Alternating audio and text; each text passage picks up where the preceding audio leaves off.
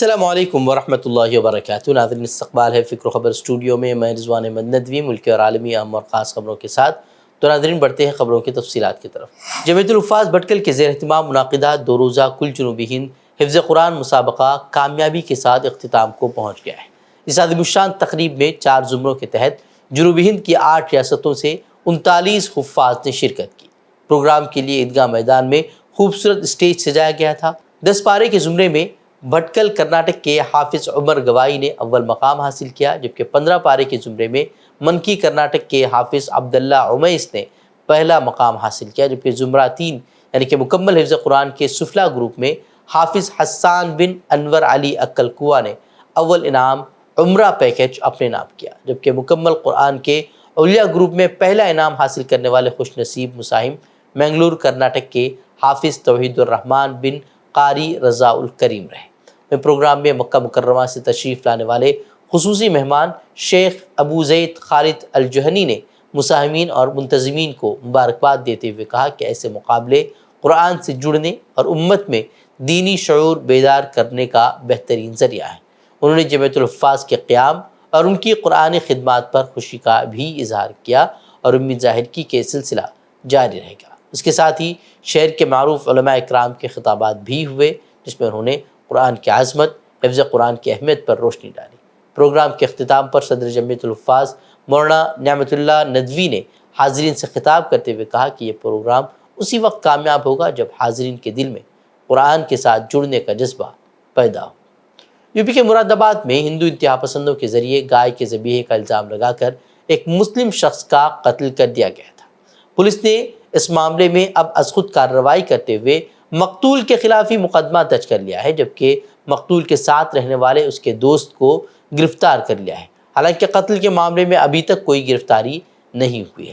Indian express نے مجولہ station house officer کے حوالے سے بتایا ہے کہ ایک FIR جو ہے وہ مقتول کے بھائی محمد شہزاد کی شکایت پر IPC کی دفعہ 302 کے تحت نامعلوم افراد کے خلاف درج کیا گیا ہے۔ دوسری FIR ماجولہ پولیس نے گائے کے ذبیحے کے لیے درج کی تھی۔ محمد شاہدین قریشی، جنہیں حملے کے بعد شدید زخمی حالت میں مراد آباد کے ضلع اسپتال داخل کیا گیا تھا، اس کی زخموں کی تاب نہ لاتے ہوئے اس کی موت واقع ہو گئی تھی۔ پولیس نے اس کے قاتلوں کو تو گرفتار نہیں کیا، لیکن قریشی کے دوست کو گائے ذبیحے کے الزام میں گرفتار کر لیا ہے۔ پولیس کا دعویٰ ہے کہ یہ کوئی لنچنگ کا معاملہ نہیں تھا۔ حالانکہ ایک ویڈیو سوشل میڈیا پر گردش کر رہی ہے جسے خود گورکشکوں نے شیئر کیا ہے، جس میں وہ ہندوؤں کا مذہبی نعرہ لگاتے ہوئے دیکھے جا سکتے ہیں۔ آسام کے وزیر ہیمنت بسوا سرما حالیہ کچھ برسوں میں ہندوتو کے جارح رہنما کے طور پر ابھرے ہیں، جو اپنے ہر فیصلے مسلمانوں کو سامنے رکھ کر کرتے ہیں۔ انہوں نے آسام میں متعدد ایسے فیصلے لیے ہیں جو کہ ہندوتو کی منشا کے مطابق اور مسلمانوں کے شدید خلاف ہو، لیکن گزشتہ روز انہوں نے بنگلہ دیش کے ہندوؤں کے سلسلے میں ہی کچھ ایسا بیان دیا ہے جو کہ حیران کرنے والا ہے۔ ڈنکے کی چوٹ پر NRC نافذ کرنے والے ہیمنت بسوا سرما نے گزشتہ روز بدھ کو کہا کہ بنگلہ دیش کے ہندوؤں کو اپنا ملک چھوڑ کر ہندوستان آنے کی ترغیب نہیں دی جانی چاہیے۔ اس موقع پر انہوں نے دعویٰ کیا کہ حالیہ مہینوں میں بنگلہ دیش سے آسام آنے والے زیادہ تر لوگ پڑوسی ملک کی اکثریتی برادری کے لوگ ہیں، نہ کہ وہاں کے اقلیتی ہندو ہیں۔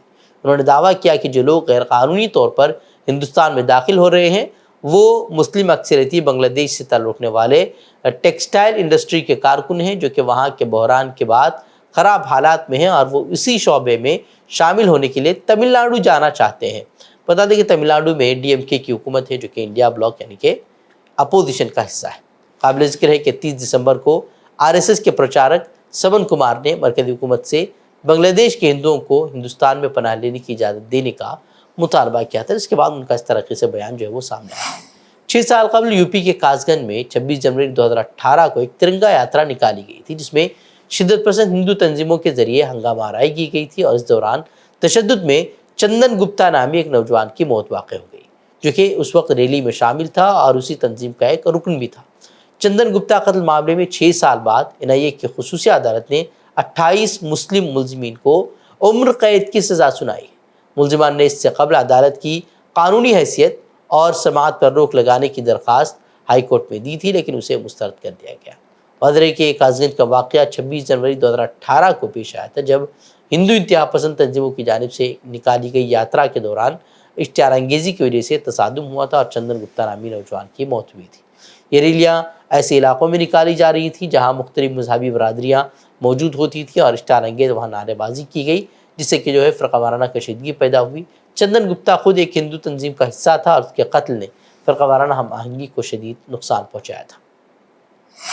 یو پی کے سنبھل ضلع میں شاہی جامع مسجد کے سروے کے دوران تشدد کے بعد حالات وہ اب تک معمول پر نہیں آ سکے ہیں۔ اس کے پیچھے حکومت اور انتظامیہ کی کارکردگیوں کو بھی وجہ قرار دیا جا رہا ہے۔ در اثنا شاہی جامع مسجد کے قریب جو تعمیر ہونے والی پولیس چوکی ہے، اس کی زمین کو وقف زمین قرار دینے کا معاملہ اب تنازع کا شکار ہو گیا ہے۔ اس معاملے میں پولیس نے دستاویزات کو فرضی ہونے کا دعویٰ کرتے ہوئے نامعلوم افراد کے خلاف FIR درج کر لی ہے۔ پولیس کی یہ کارروائی بھی مقامی مسلمانوں کو ہراساں کیے جانے کی کوشش کے طور پر دیکھی جا رہی ہے۔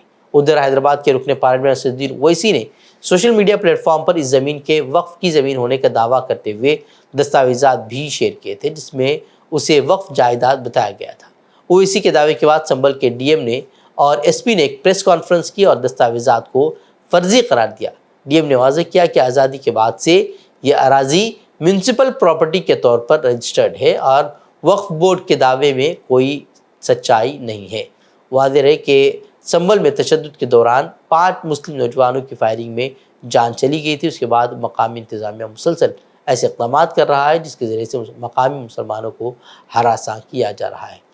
دہلی اور NCR میں سردی کی شدت کے ساتھ گھنے کہرے نے معمولاتی زندگی کو بری طرح متاثر کر دیا ہے۔ دہلی کے IGI ایئرپورٹ پر ہفتے کی صبح حد نگاہ 0 ریکارڈ کی گئی، جس کے باعث 150 سے زائد پروازیں تاخیر کا شکار ہو گئی۔ ہوائی کمپنیوں نے مسافروں کی سہولت کے لیے ایڈوائزری جاری کی ہے اور کہا ہے کہ ایئرپورٹ جانے سے پہلے اپنی پرواز کا اسٹیٹس چیک کریں۔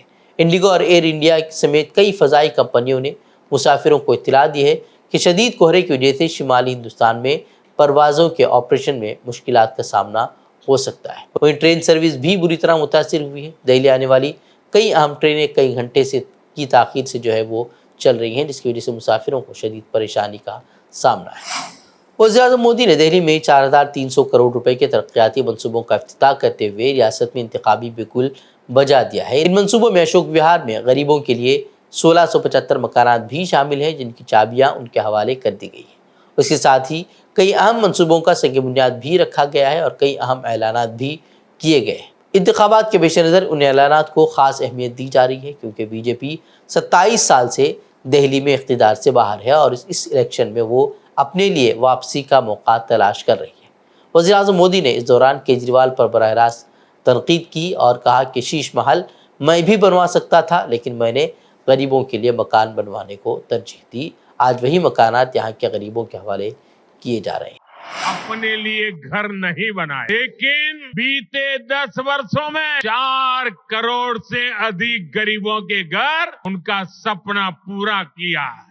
میں بھی کوئی شیش محل بنا سکتا تھا، لیکن میرے لیے تو میرے دیش واسیوں کو پکا گھر ملے ایک سپنا تھا۔ آپ جب بھی لوگوں کے بیچ جائیں، لوگوں کو ملیں، اور ابھی بھی جو لوگ جھگی جھوپڑی میں رہتے ہیں، میری طرف سے ان کو وعدہ کر کے آنا، میرے لیے تو آپ ہی مودی ہے۔